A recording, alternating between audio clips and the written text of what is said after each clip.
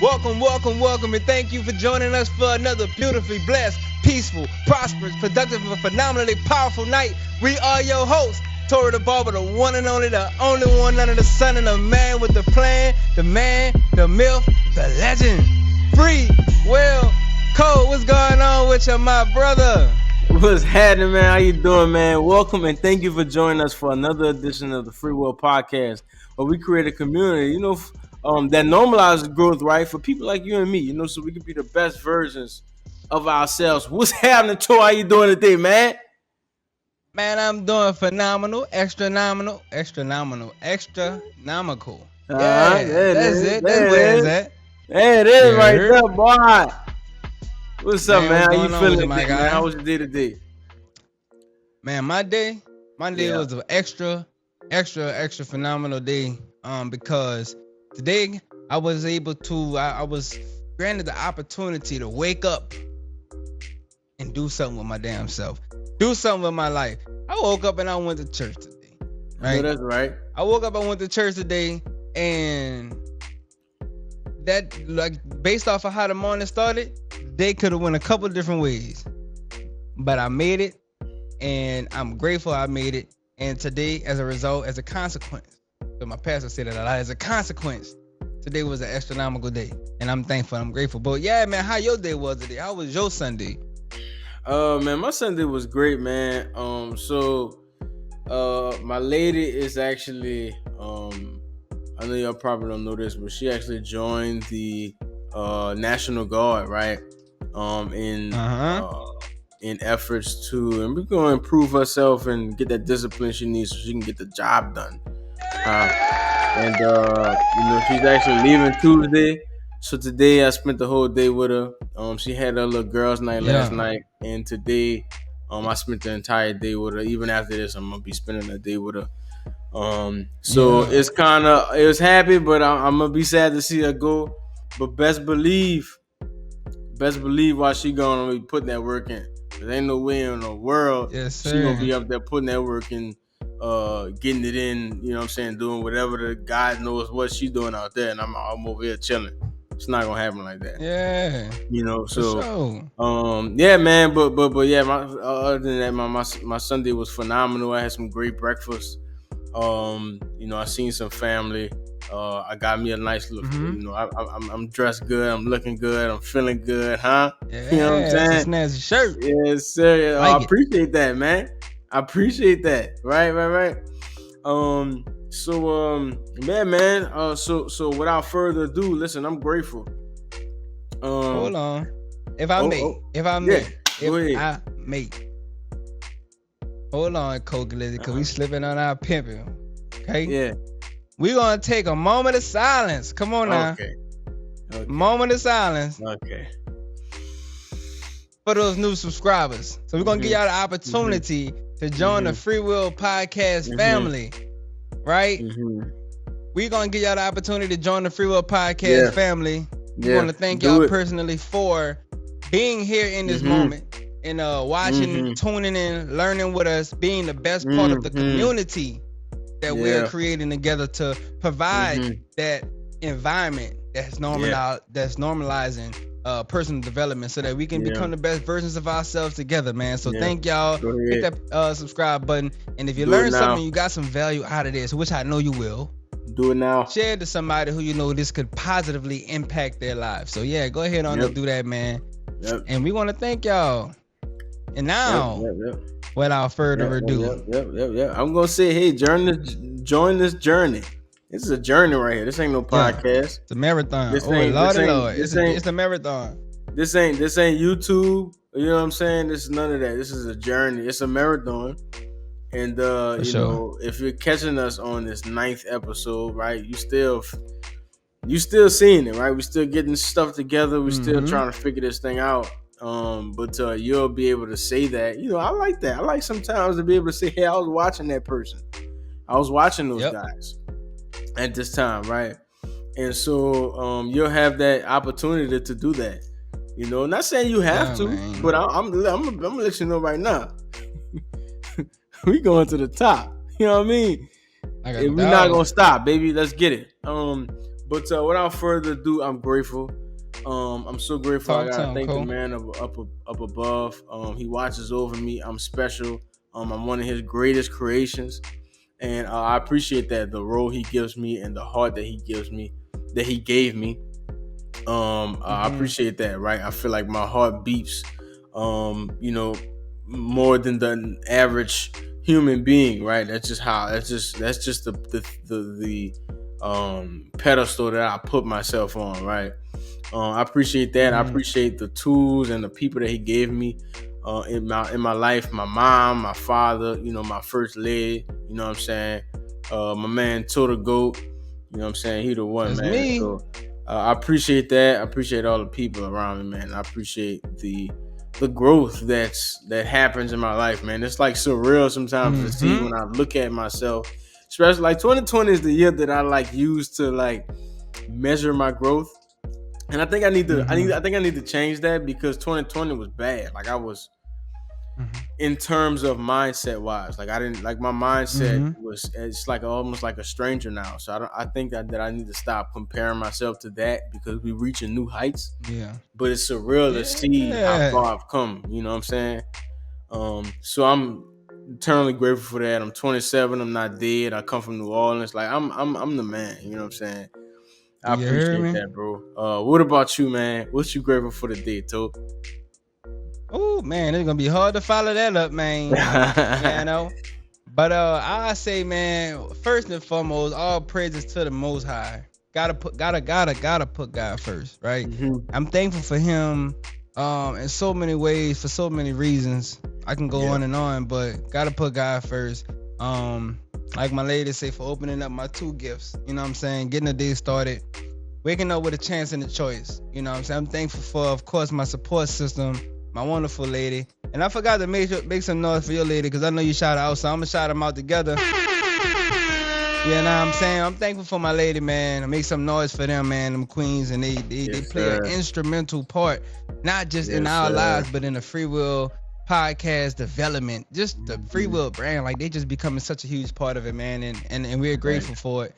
And I'm thankful for my parents, my support system, like I said, and also my wonderful clients, man. Y'all come on this thing. Every time I say Tori the Barber on the stage, just know I mean y'all too. So without further ado, we present to you that word on the street, word on the street, word on the street. In Oklahoma City has agreed to pay more than $7 million to a former death row inmate who was exonerated after nearly 50 years in prison, making him the longest serving inmate to be declared innocent of a crime. The Edmond City Council voted without comment on Monday to settle the lawsuit filed by Glenn Ray Simmons, 71-year-old man, against the Oklahoma City suburb and the former police detective for $7.15 million. Mr. Simmons spent a tragic amount of time incarcerated for a crime he did not commit, his attorney, Elizabeth Wang, said in a comment. Although he will never get that time back, the settlement with Edmond would allow him to move forward with his life. He was 22 years old when he was convicted. Man, that's crazy. God damn. Look, when you said that, and I'm looking at the thing, but when you said that, I just squinched. I'm like, God damn, man, your whole life, like, geez. Yeah, man. To be honest, he need to find FreeWill. He need to find FreeWill Podcast and join the community, because I know he got some work that need to be done. We all do. God damn. Right. After 50 years, man, like, how do you? Because you have to go through a lot of mental phases while you're in there. And at some point, I'm sure you have to accept it, right? I'm sure you got to accept, like, I'm in here and this like, what is your mindset on being in there? Like, because listen to me, I wouldn't have made the full, in my current understanding, I wouldn't have made the full 50 years. I've been cutting up. I don't know. That's big for me. You know what I'm saying? Well, I'll say this. Damn, I ain't gonna lie. He didn't serve damn near me times no, because I'm about to be 30. We about to be 30, Cole. We 3 years away from 30, 2.5 years away from 30. But that's beside the point, right? I'm talking. We ain't talking about that, man. I'm talking about like 25. Let's just say 25 times 2. This man did damn near 2 statistical life sentences, right? 25 to life. 2 times he did that. And I just can't imagine. Like, I mean, but I think after so long, man, you just adapt to the environment. He a whole OG up in there. He done seen him come and go. You know what I'm saying? Being up in there that long. And man, I just think that's super duper unfortunate. And to be honest, I'm, for what it's worth, the money, right? The $7 million, I think it's great that he got put out and he up on his feet. Like, you took. You know, I hope this man get to live to see 100, so he can do some stuff. You know what I'm saying? As a freer man. Right, man. You know what I'm saying with that money, man. But man, time out. He's 71. I'm still looking at the 48 code. I'm thinking the man 48 now. The man was in jail for 48 years, which I knew that, but I'm just tripping. I look back at 71-year-old man. Yeah. Oh my God. 71. Lordy Lord. I hope the man get to live. He went to jail when he was 22 years old. And he served. The thing say he served. Well, I think he says almost 50 years, so maybe 48 years. Like you're right. 48. That's what I'm looking at. Say 48 years. Yeah. It looks like he went in from a shooting or something, and he had witness said he was there. The guy. A backstory. The guy was in an entirely different state from where the crime happened at. That's how you know, like, listen, stuff was different back then, you know.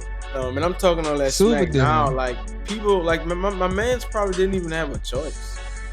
Like, they picked him up. There was no fight. There was no lawyer. He didn't have any money to fight that. Like, his family did, and I'm sure his family did all they could, but when you looking at that, what choices do you really have to fight? You know what I'm saying? That was what, the 80s, the 70s, 80s? 50 in the years 80s, ago? Early 80s probably. 50 years ago, what that's 90, 80, 70s, I think. 3, 4, 5. Yeah, that's 70s. That's the 70s, man.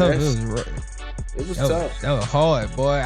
Hey, listen, it wasn't nothing but faith that got him out of there, dog. He was ready to get out. I mean, because $7 million, I'm not gonna hold you. I'm not gonna lie to you, buddy. I need more than $7 million. I need more than $7 million. More people got more for less. I'm saying though, like, what does the money mean? You know, when he get out, man. Like, when he get out, he's so. I'm like, okay. Prison itself have revolutionized to where, you know, like, this is what I want to know. Did this man have the luxury of having kids before he went in? Right? Because at the age of 22, if he didn't have kids before he went to prison, just imagine, like, he's 71, so his mama probably gone, daddy probably gone, grandparents gone. You know what I'm saying? Aunties, uncles, they're probably gone. Who do he really have? Who do he really have right now getting out of prison? And then times are so different at the same time with him getting out of prison. Times are so different. You know what I'm saying? And so I was saying, Cole, like, at the age of 22, I said I was wondering if he had kids at that time before he went in, which I hope he did, because if you think about it, at the age of 22, 48 years later, he getting out at the age of 71. At the age of 71, that means your mama gone, your daddy gone, your grandparents for sure gone, your aunties, uncles gone. You know what I'm saying? Right. At the age of 71 years old. So when you get out, I mean, if your friend's still alive, you know what I'm saying? Like, when you get out, you coming out into this world, you know, and you don't really have nobody for real. I mean, you got the people that you probably built relationships in prison, to be honest, because that's the thing. And when it comes down to like the way that prison has developed. You know, now they got like tablets and phone, like different things you can do, email and stuff. At the time he was in prison, it was straight handwriting. You know what I'm saying? So, woo, I ain't gonna lie, dog. That $7 million, I don't know. He probably don't even know what to do with $7 million for real. That's probably more like he probably still was stuck in the 70s to where like $7 million is a lot of money for real. So he probably don't even care about having more money. To our outside people value, he probably be like, nah, I need more than that. But I don't know, man. He probably get out and live very minimalistic too, cause my thing with the being more money, granted, that's if I had the mindset that I have now. If I'm able to have that, it'll be the generation. Like, let me at least set my kids and my kids up, even though I didn't get to have my life. And I think with 7 million, you'd have to probably put all of that up in order to do that, right? Based on what I know. And so just with that, man, you would need, I feel like I would need more than that, man. But that's kind of messed up, bro. Like back in the day, they didn't have like they were able to just point the finger, and then pointing the finger was enough, right? And you know, nowadays it's crazy because you can do, they can't just point the finger, but we still moving like in a place of ungratefulness, man, where we doing certain things, we getting away with certain things, and we're not taking advantage of the perks that we have now of this life, you know what I'm saying, to live the best that we can. You know, and I think that's the thing that I'm going to take the most out of this, right? Like that could have happened to you. Like you have a chance now, right? And that guy, like if you want something to fight for, that guy, don't let that guy live his life for nothing. Don't let all those people who suffered for no reason, like it could still be that way. So that's something that you need to be grateful for. You know what I'm saying? Like, so that's just what I'm gonna take from this situation, moving forward, man. So, you know, that's very, very, very unfortunate. Definitely going to invest that $7 million, right? And as we transitioning, final thoughts on it. I mean, I know a lot of guys educate themselves a lot because the reading is probably like the primary source of entertainment up in there, right? So maybe, hopefully, he was educating himself. You know what I'm saying? Mentally building himself. You know what I'm saying? Because I know 19 Keys. You know, he had some his run-ins with the law, and he was sentenced to some time, and he educated himself, which actually led to him freeing. The biggest part of the reason why he was freed, or whatever the case is, he was able to, you know, help with that, man. But man, I hope, man, look, I'm gonna just make some noise for that brother. You know what I'm saying? Welcome home. And I hope that you can make the most of your life while you can. You know what I'm saying? And don't worry about the years that you invested that was wasted, or however you want to look at it, but make the most of the time you have left. So don't count the days, but make the days count. Yes, sir. That's what's up, man. That's big. That's big.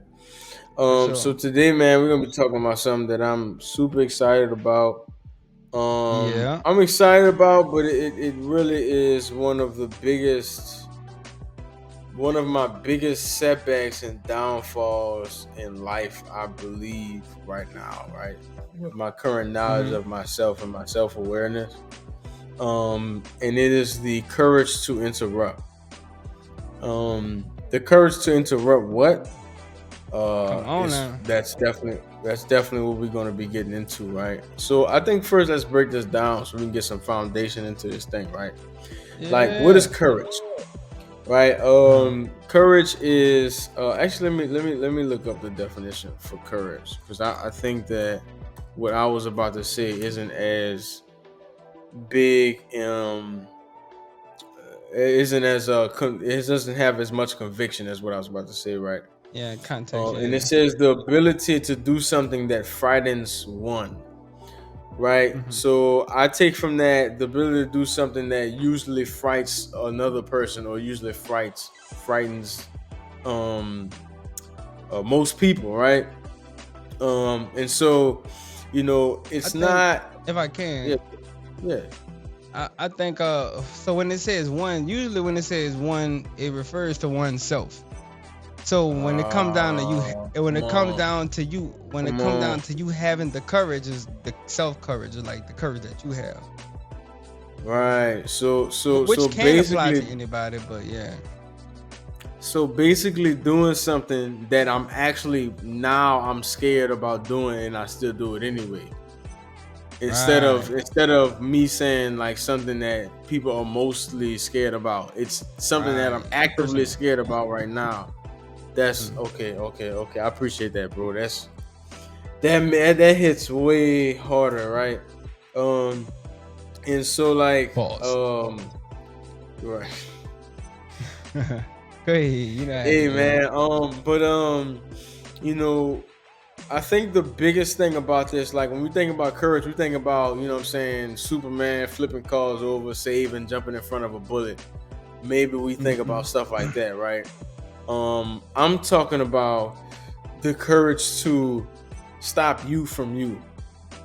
You know what I'm saying? The courage to stop the culture from eating you alive. Like, that's the stuff that I want to talk about, because that is the obstacle, right?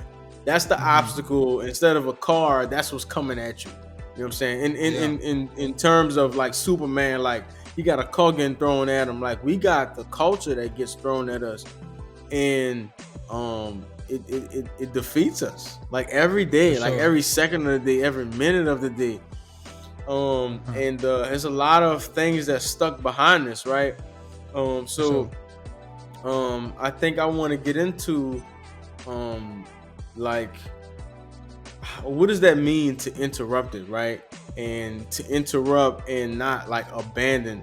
So I want to ask you to like what do you think about or give us a time where or something that you're dealing with that needs to be interrupted in order for you to grow, like something that you're doing, and maybe be more specific if you can, like a certain thing that you're doing now that needs to be interrupted. And if not, you'll probably stay in the same place. You know what I'm saying? Woo. So first thing first, I would say complacency. My complacency with, oh man, like, so I'm on this. This is a hurdle for me. Like this is a constant hurdle, but I'm working on being more consistent and pulling myself out of the swamp. But I'll just say first thing first is just like fitness, working out, being consistent to the gym. You know what I'm saying? And yeah, man. That's something that kind of get the best of me from time to time, because you have the times when I go hard and I might go like a week strong, you know what I'm saying? And then I'll fall off the horse, and then, they'll turn into a week will turn into a month. And then, a month turn into a month and a half, and that turn into 20 pounds. Because my body set up, you know what I'm saying? It don't take no time, you know what I'm saying? But funny thing is, my lady asked me, she said a few days ago, she said, like, why you don't, like, what's so hard about, because she in the same boat, you know what I'm saying? So maybe that's a thing, it's an environment thing, like she trying to get back in the gym. Yeah. I be like in and out of the gym. So she said, like, what make it so hard for you to get back in the gym? Like, why is it so hard to be consistent? And honestly, I say I'm really not motivated to work out, to be honest. Like, I'm not motivated to, I don't have it like, I don't have a true why for real for me. Like, there was a time where I was single and I was in the streets, and they're gonna have either they have women in there or whatever the case is. I'm just I'm just keeping my aesthetic up because I'm on the market. You know what I'm saying? And I want to be So that was my drive. That was my why. You know what I'm saying? I mean, they had time when I was in 21-day challenges, fitness challenges, and that was my why. I had a reason to want to work out. Like, me just being healthy isn't a reason enough for me to be consistent long term, for real. Like, I maybe because I feel like I ain't getting no immediate reward for it. You see what I'm saying? Right. But one day, my lady told me my back was getting rolls, and I said no. That day, look, I was in the gym that day, and I went hard for a week strong, and I got them rolls off my back in a week, and then I stopped going again.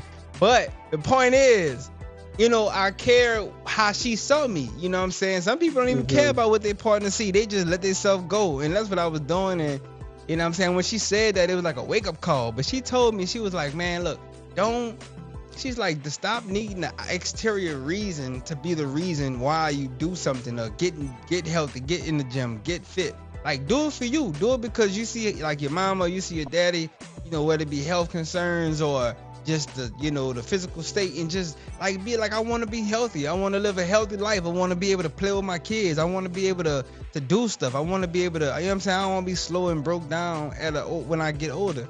You know what I'm saying? So that was a motivating word she gave me. I don't know if that fully answered the question, but yeah, that's a time frame, and that's the thing that I kind of battle with.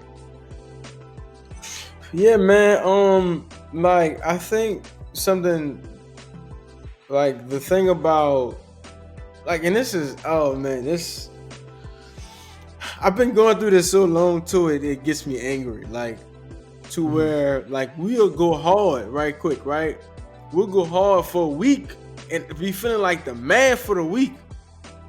And as soon as, and this is for me, right?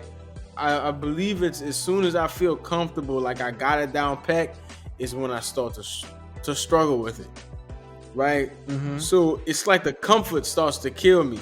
Like it's like you give it's like I give myself a pass to be comfortable because I've exceeded a goal that I haven't exceeded before. Like every time I reach a new ceiling, I got you. It's a habit. Like I have a habit there of when I reach a new ceiling, I get comfortable because it's like I got it now. Like you talk, like you think you got it. You know what I'm saying? Like oh, I got the rolls. I got the rolls, right? I got the rolls in my back. I go for a whole week straight. You know what I'm saying? I bet I don't got no rolls now. But it's not about the rolls though. It's not about the rolls. It's not even really about working out, right? It's about, it's like it's a lifestyle, right? It's like I need to be able to contribute. Like it's like if I don't do this, then I'm not living. If I don't, like, it has to be deep, but at the same time, it can't. It shouldn't be like deep to where you're trying to. I don't know, man. I don't know how to explain it. Like it's like I be trying to be deep, like how you were saying, like I need a reason for everything. Like I need to be able to I attribute the reason I'm working out for something different tomorrow. Like I'm like, hey, I need to get my body right, and then the next day is, hey, I need to stay consistent for this person, or next day I need to be in a challenge. Like, why can't I just work out? Why can't I just work out? Because if I don't work out, my life is gonna look like hell. You know what I'm saying? Like I'm obviously happy for that entire week, right? And then next week I'm not happy, and I'm like, man, why I'm not happy, bro? You know what I'm saying? Like, you know what came to me, Cole, when you said that? Yeah. In another way of saying it is like, why isn't I'm enough to be the reason why I am consistent? Wow. The reason why I show up. Like, why am I not enough for me to show up? It got to be something external. I don't have the answer to that. You know what I'm saying? I don't. But that's what came. That's the answer that popped up. You know, so maybe that's something that you, whatever, need to actually explore that. You know what I'm saying, man? Because yeah, that's different. And I think, you know, what kind of thing, you know, when I think about, oh man, you know me. Okay, so you more on the family aspect to me, like you showing up for the fam, you doing whatever you can for fam, and your partners, whoever call on you. Me, you know, for me, you know, I don't want to say I'm a workaholic, but like I'll come to the barbershop on an off day. I'll do what I can to be there for my clients. That's just the kind of baller I am. You see what I'm saying? And you know, if you constantly putting yourself out there for everybody else and you don't have the boundaries for yourself to put boundaries up to be like, nah, today is a me day. You know, I find myself doing that now. You know, today is a me day. I'm off. I'm with the family, or I'm chilling. This is a day for me to get what I need to get done. Somebody call. I need you to call. I got an emergency. I need this or that. I'm off today, bro. I was in the shop Tuesday through Saturday. You know what I'm saying? but this is a me day. And I used to put the family time. I used to throw family time away, sacrifice family time. I sacrifice me time. I sacrifice personal development time. And I think that's partially, of not in more of a whole, that's probably why we aren't enough for us, those who put other people before them more than they focus on themselves. I don't know. It's just me kind of like brainstorming it, man. I'm trying to make sense of it. But yeah, man. Yeah, man. And so something that I came across in these notes that we got, right, is the role of fear and uncertainty in maintaining status quo. And status quo basically means the things that are current as of now, right? Like, what do I do maintaining every day? What's going on now? Yeah. Right. Like, so if I have an issue with changing the status quo, I have an issue with changing what is current. Like, I don't want change, kind of thing. And that's everybody. I think that's a natural thing. Like, we are naturally habitual species.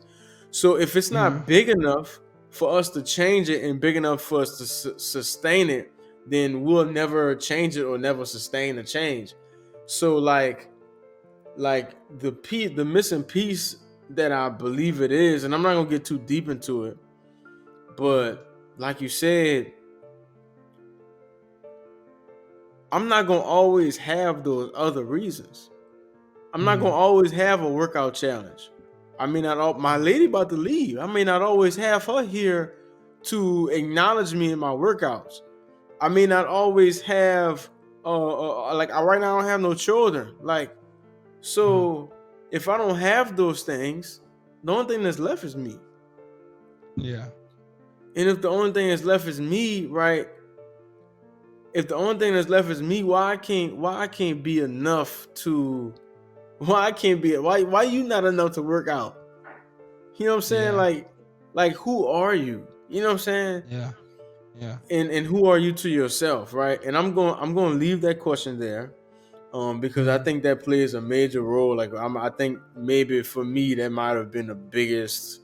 I think you might have uncovered the answer to this thing a little early. So I don't want to get too deep into it. But that was a big thing for me too, and I think you just made like a major discovery, bro. And it's deep, man. Sure. It's like it's deeper than whatever, man. This is what we do. You know what I'm saying? I'm ready. Like I wanna, like if I'm not up there for myself, like I need to be, like I'm willing to accept that, and I wanna put myself on a level to where I'm enough to get this thing done. You know what I'm saying? For sure. So I wanna, if I can, Cole, I wanna swing this thing a little. Well, actually, I do kind of want to touch on that, right? Yeah. And I appreciate you giving your piece on it, right? So what we got here to know, like the role of fear and uncertainty in maintaining the status quo. And I think you touched on it a little bit, but if I can expound on it, so like you described, like the status quo is pretty much, let's just say, your cost of living. And the pressure, the fear, and the uncertainty in maintaining your cost of living. What derives from that?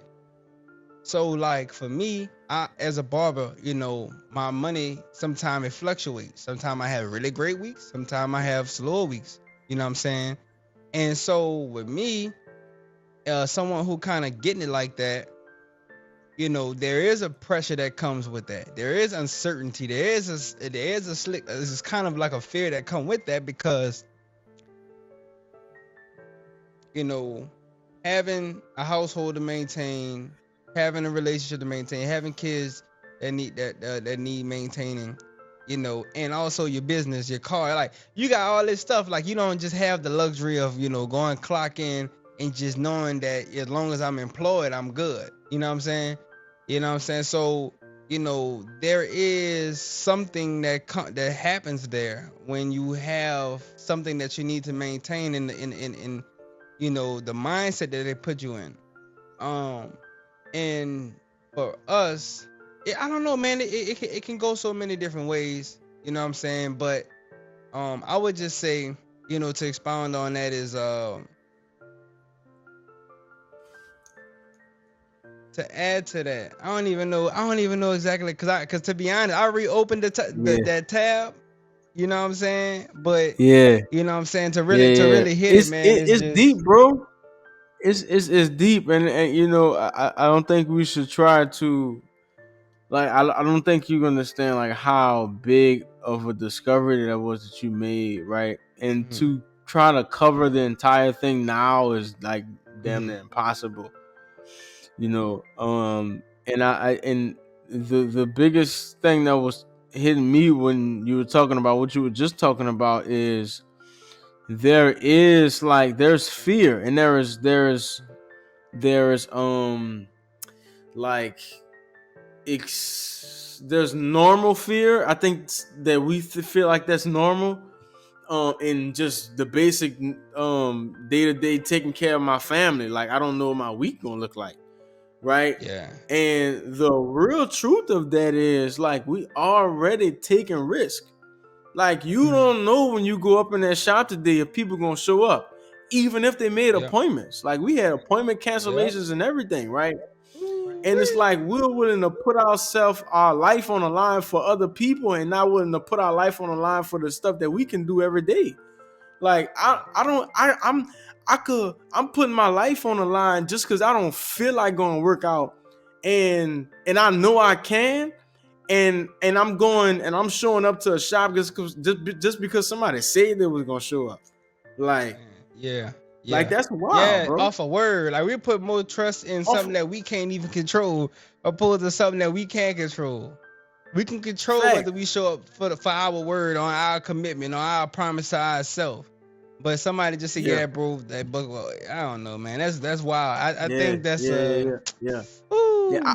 I value it, bro. I'm gonna keep it G with you. I value somebody else's word more than I value mine. You know why? Because it's always easier to hold somebody else accountable than it is to hold yourself accountable. Podcast over with.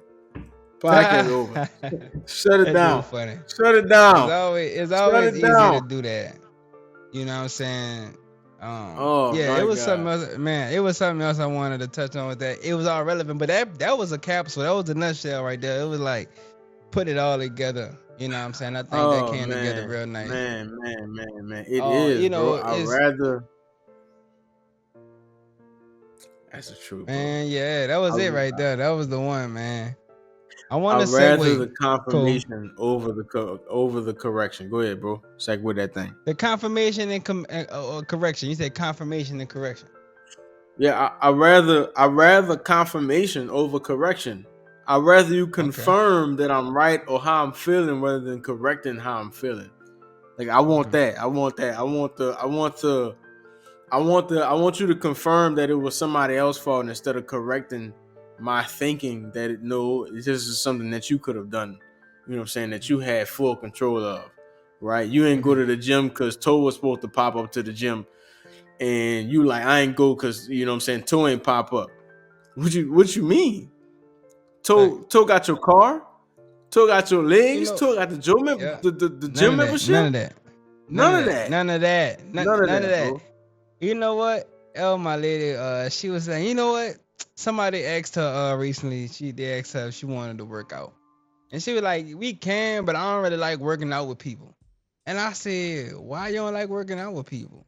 She said, "Because." I said, "Why? Because people not consistent." She's like, "Yeah, man. Like, people say they won't do it, and then they don't show up. When they don't show up, she don't show up. When they stop showing up, she stops showing up. So it's like."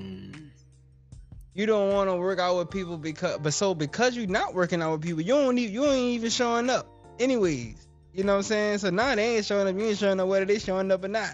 You know? And it's just a matter of us getting to a place of, man, us being enough. You know what I'm saying? It's just us being enough. I don't know what it is, dog. I don't know what it's gonna take, but we gotta like kind of like figure something out to where we can come up with some sort of like practice or self relationship. Like, we got, you know, we got a relationship. I mean, we got therapy and stuff, right? So I'm not gonna act like we ain't got no resources, but it's just like, as far as like retreats for, you know, couple retreats and all these different kind of things. We just need something to where we can establish values for ourselves. You know, a sense of self, a sense of worth. You know, and that do go that go deep. That go in a whole different direction. But in order to segue, Cole, this is where I wanted to go with it. Right to our next point. Yeah. Why do we often stay in comfort zones even when they're harmful? And we kind of scratched the surface of that a little bit. Why do we stay in comfort zones even though they're harmful? Right? And so let me tell you what I got here, Cole. So we often stay in comfort zones even when they're harmful because they provide a sense of familiarity and safety. Yeah, that's a tough word. I mean, it's kind of tough word. Familiarity. Yeah, familiarity and safety. Yeah. I want to highlight something. So one of the number one innate things that we are born with is survival, right? And naturally we like, I mean, in how we navigate the world is we run towards pleasure and run away from pain. See what I'm saying? So we find ourselves in comfort zones, and it's really like a death trap, to be honest. We find ourselves in comfort zones, but they really be death traps. Excuse me, I don't know what the hell that is. Comfort zones and death traps. And so comfort zones is death traps because you get complacent, you becoming obese, your blood pressure going up, now you're diabetic, you know what I'm saying? We got all these different things going on, but why though? Right? So I say let me see what's going on here. So human beings are naturally inclined to seek comfort and avoid discomfort, like I just said, or uncertainty. And this tendency can lead us to tolerate harmful situations because of the fear of the unknown, or perceived effort required to change outweighs the immediate discomfort of staying where we are. That was a mouthful, but that was big. Now let me tell you why. Yeah. So what I just said was this: two things.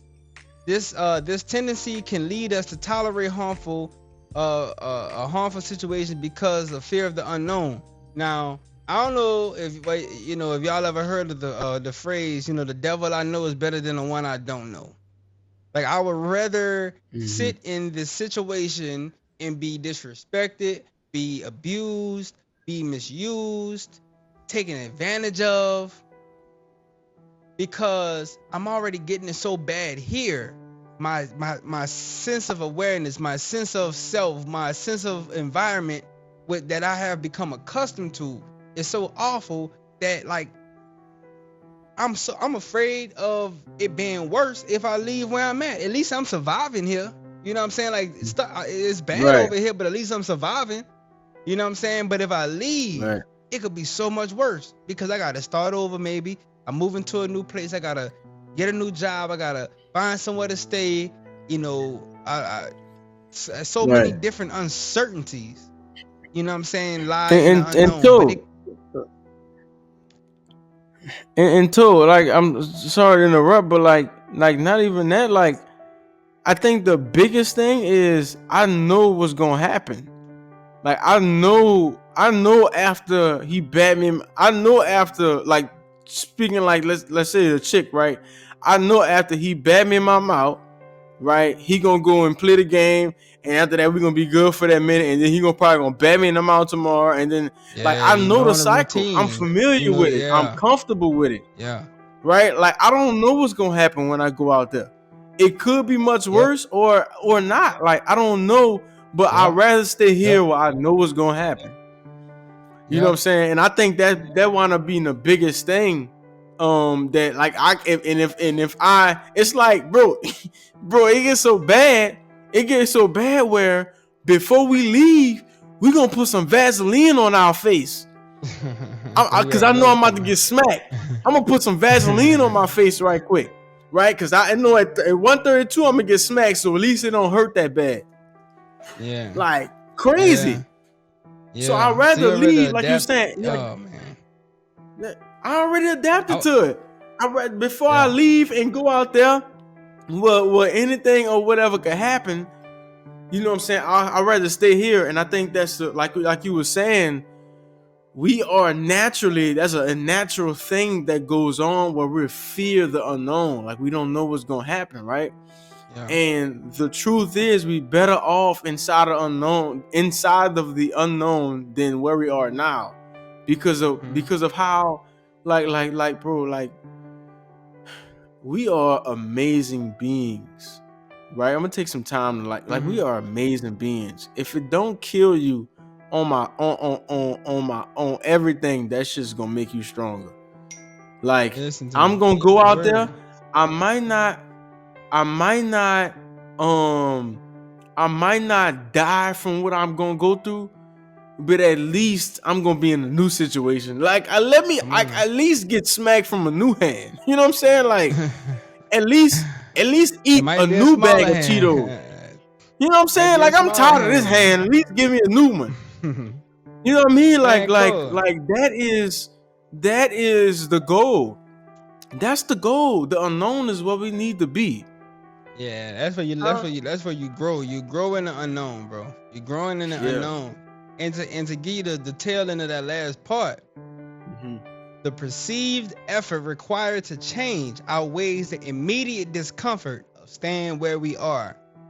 All right. One more time. So let me tell you this. All right. One time for the people in the back, right?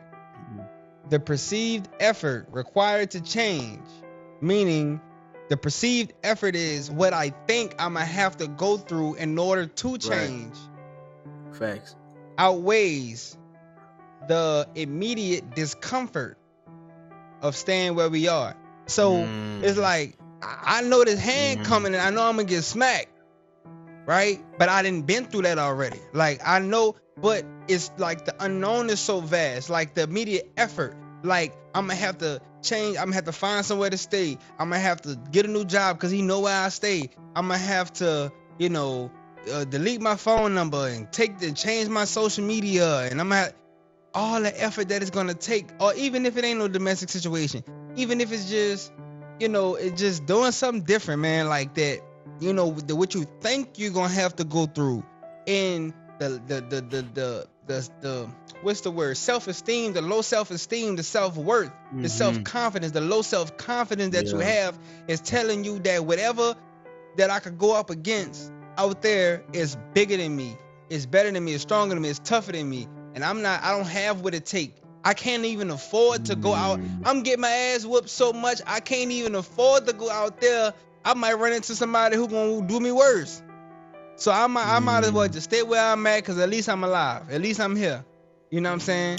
At least I can see it coming. I can roll with the punches a little better. So yeah, man, that's a tough spot to be in. That is, and essentially, man, like I guess from my current understanding, man, like you would have to put your hands you have to put yourself in the hands of God. Yeah. You'd have to do that. And if you don't have a relationship with that man, if you don't have a relationship with him, then goddamn right you're gonna be scared. Because you don't have nothing else to hold on to once you get out there. And there is that's the interruption, right? Like you have to have the courage to go through those things. Like that's the interruption. That sometimes people think it's the interrupt, like you just putting your foot in the door. Like it's not always that simple, right? That interruption is, hey, let me leave out the house in the middle of the night with my kids. Let me go and find a job. Let me go and work until I can get another apartment. Let me go and, but I promise you that interruption is going to be way better than staying with the devil that you've been staying with for your entire life. You know what I'm saying? Like have the like at least do that. Listen, even if you land back where you was, I promise you the adventure gonna be worth it. Just try. And I need to talk to me. Like I need to talk to me in the way of like Cole. Just put yourself out there, bro. Like what's the worst that you can end up? Back where you was? Like the worst I can end up is back where I was? I think the problem. I think that's the problem. I think the problem is that when people think of the unknown, they only think of the worst. They only think of the worst case scenario. They don't really consider the best case scenario. What if you fixate your attention on the best case scenario? Man, best case scenario? Man, listen, when you get emotionally attached to something, right? Let's say you about to go crash out on a brand new car and you about to go in debt. You ain't even worrying about the debt. You ain't worrying about the credit score. You ain't worrying about that getting repo. You ain't worrying about none of the worst case scenario. You ain't worrying about losing your job and not being able to put gas in it. You worrying about the best case scenario, looking fly in it, having fun in it, driving fast in it, picking up girls in it. You know what I'm saying? What it's going to do for your confidence, what it's going to do for your image. You think about all the best case scenarios. And I think that's where people get stuck at and worrying about the worst. And I'm people, y'all. I'm people. Like I get caught up. I'ma own it. Cause I be listening to Ayala, Fix My Life. Her. And when she was on Nick Cannon podcast, and Nick Cannon kept saying, people have attention. She said she said I. She said own your stuff. We really be talking about us, but we be saying people. So I'ma own my stuff, and that's why I had to do it, man. The problem that I have is that I'm too fixated on the worst case scenario instead of putting that same energy into the best case scenario. And I'm gonna do you one better, Cole. Myron Golden. I watched his TED talk, and he said you have anxiety, right? Which is the problem of procrastination. And then you have the opposite of anxiety, which is what is it? What is it? I don't know if it's anticipation or something like that. And when you anticipate something, and when you get anxious, but positively, is when you have when you're putting energy towards a desired outcome, and that anxiety comes from giving life and giving energy to an undesirable outcome. And I think we just putting too much life and energy into undesirable outcomes that keep us stuck, that make us procrastinate, that make us take our time, drag our feet, is because we thinking about how this gonna hurt. We thinking about what this gonna cost. We thinking about what I'm gonna have to give up. We thinking about what I'm not gonna be able to do no more. That's not the point, because what you doing, the reason why you even said you wanted this was because it was something greater to gain. It was something greater that you was going to turn into, develop into. You was going to do this for your kids. You was going to do this for yourself. You was going to finally get your financial situation together. You see what I'm saying? You was going to change your life. But you choosing to run away from the very thing that's going to erect you from wherever you are out of the pit. And you want to run back into the hole because that's where you're comfortable at. Because that's what that's where you feel safe at. You feel safe in the place that's hurting you the most. Come on. And why would I, bro? Why would I interrupt if I'm thinking about the worst that could happen? You know what I'm saying? Like, and when you put it like that, I would never interrupt. You know what I'm saying? Because it really sounds like the situation I'm in now is better than the one that I could be in. Like, I don't even have that wherewithal, right? And something that Myron Golden says, right, is something that he puts a lot of emphasis on is the power of expectations. Expect the best. Like, only go for the best, right? Like, the problem is we playing a little boy game. You playing a little boy, little girl game. Like, you know what I'm saying? Like, you going out the house waiting for yourself to fall instead of waiting for yourself to get picked back up. You expecting yourself to fall. Right, you expecting to fall when you shouldn't. Like the most powerful thing on earth is the power of expectation. Like, if I walk out the room and I act like I'm gonna win, I'm gonna act like I'm gonna win. Why you I'm think gonna take it's so steps hard for like people? I'm gonna win. Why you think it's so hard for people to learn how to ride a bike? Kids learning how to ride a bike because they expecting to fall. They fear falling more than they actually think that they're gonna actually stay up and balance themselves and ride. Yep. And so it's funny you bring that up, bro, because when I started, I remember this vividly. When I started accepting the fact that I'm going to learn how to run a bike, I'm going to learn how to ride a bike, and I will do this, right? And I know I'm gonna do it. My falls, I was falling, but it was taking longer because I was fighting to stay up. Yeah. You know what I'm saying? Like when I was expecting to fall, I wasn't even fighting it. I'm just hitting the ground hard.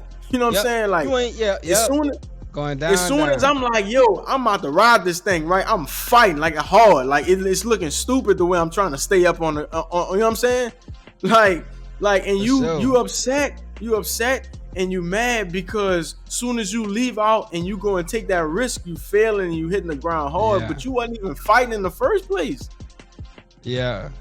You ain't even trying to do it, right? Like, listen, there is power. Like, God created this earth for us. They got power in it. Oh man. Like they got power in it. And I'm talking to me. I'm gonna be real. I'm being selfish right now. I'm going back and watching this, bro. There's power in expectation. Right? Stop when you wake up in the morning, expect the day to be the greatest day of your life. Yes, you know what I'm saying? Yes. Expect your lady to be the best woman you ever met in your life. You're gonna treat her different. Expect the job that you be at that you at to bless you beyond measure. You're gonna have the best job in your life. You know what I'm saying? Like, expect the greatest and you're gonna get the best that you can ever have. I promise. Oh man, if I can add to that, Cole. I'm trying to, at the same time, I was trying to think about where I heard it from. I think E.T. He said, treat everybody like they're the most it could not be. Treat everybody like they're the most important person in the world. Every interaction, every encounter, from your little sister to your big sister, to your mama, to your daddy, to the homeless man on the curb. Treat everybody like they're the most important person in the world. Man, listen. Something that I heard recently, what I was listening to. I was listening to something on Instagram, and my man said something that was like super duper big but overlooked, I think. He said, when you look in the mirror, right? When you're looking in the mirror and you're frowning and you don't like the facial expression that you're holding, he said, you don't put your hands on the mirror and try to rearrange your face on the mirror. Like, you don't try to change the mirror. The mirror is only a reflection of who you are. The mirror is only a reflection of the energy that you're projecting into the world. So if you want to change, what you see in the world, you got to change yourself first. You got to change the person standing in the mirror before you can change anything in the world. Yes, sir. Come on. So I'm hearing the reason why the start of us having the courage is even believing or expecting for it to be possible in the first place. Yeah. Yes, that's where it starts. You know, like that's self-confidence. Yes. Yeah, like I'm not even investing. Like, we don't have value in the greater outcome because we don't invest time and energy into the best outcome. We invest more time and energy, like even in ourselves. Like, we the best outcome, bro. Like, you the best person for the job. You don't have value in yourself because you don't apply value. You don't invest value. You don't invest in time. Like, you know more about the housewives than you do yourself. Oh man, you know what I'm saying? Like, listen, you know more about what song dropping than the you know what I'm saying? Like, you know more about them than you know about you. And you wonder why you rather watch that than sit down and have a basic conversation with you and your girl. You know what I'm saying? Like put more time into you and expect a greater outcome, and that's where that courage gonna come from. Cole, you know what I mean? Said something. You said something so important, so heavy. I gotta interject. Yeah, you said you are the best person for the job. Yeah. Now, imagine if you showed up to your relationship like, I'm the best man for the job. Facts. What if you showed up to work like, I'm the best man for the job? What if you showed up in your kids like I'm the best man for the job? You know what I'm saying? Anything that you are attached to, show up like, I'm the best man for the job, and act like it. Mm-hmm. Truly act like it. That's the attitude you come with. Like, I'm the best man for the job, and you prove it every time you show up. Facts. That's having that expectancy. That's expecting the best outcome. That's how you show with a positive attitude. Yeah. And I think to give yourself the mindset and the actual courage to show up, it starts with the night before. It starts with, I expect tomorrow to be the best day. And I'm going to work and make sure tomorrow is the best day because I'm the best man for the job. And then I got God on my side. You feel me? So together ain't nothing we can't do. Man. It's a fact, man. Take that time out, man. Like Nipsey said, man. All money in, all time in, all effort in, all experience in. You know what I'm saying? Like, put that into you and your village and your family, and the worth of it is gonna rise. You know what I'm saying? And you'll certainly have the courage because now you know it's possible, and I expect it to be possible, right? Yeah. So, man, to you, Cole, man, to you, Toe, take an audit of the time that you're using, your thoughts and the expectations that you have, and correct them. You know, and it's gonna take a lot of correction in the moment to affect the overall view or process to actually make this thing a habit. But this is something that needs to be done, and it's highly possible. You the best person for the job. Yes, no one else is here right now. Nobody else is on this podcast. Nobody else is showing you. Nobody else is representing the free will. Nobody else is pursuing it when they don't even have it. Like you don't really got it, but you're still pursuing it. Yes.